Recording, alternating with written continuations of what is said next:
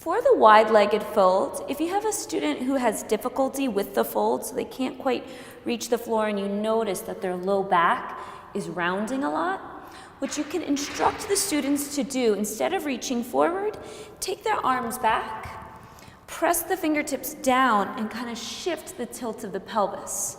Now, if that's still not possible for your student, you use your handy-dandy block. Sit them up on a block, and then from this position, they'll have a better chance of being able to upright their torso. Then they can walk there forward as little or as much as is possible, and keeping a little bit of a feeling of the hips reaching back. All right? If your students are flexible enough to sit down and not have that rounding in the low back, will you reorient yourself to face the camera? You'll have them seated, legs as wide as they can get them for most, unless you're super bendy like Rachel here, where you start to get some compression at the front of the hip when the legs get too wide.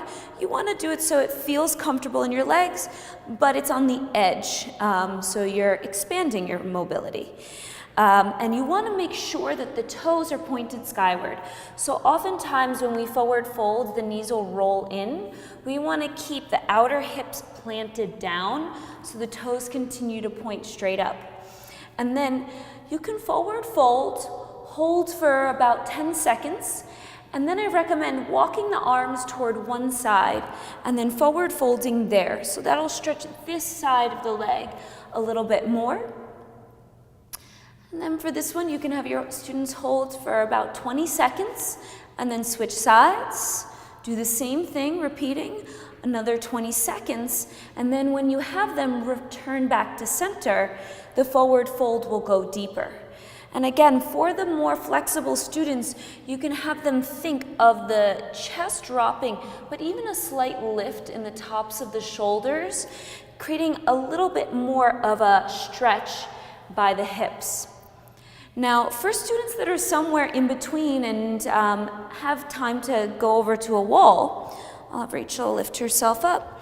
You can have them sit with their backs to the wall, and then we'll split the legs. And then we can use the wall as sort of a prop, so placing the palms back, tilting the pelvis, and forward folding from this position. Down, down, down. And then doing our best to keep the toes pointing skyward.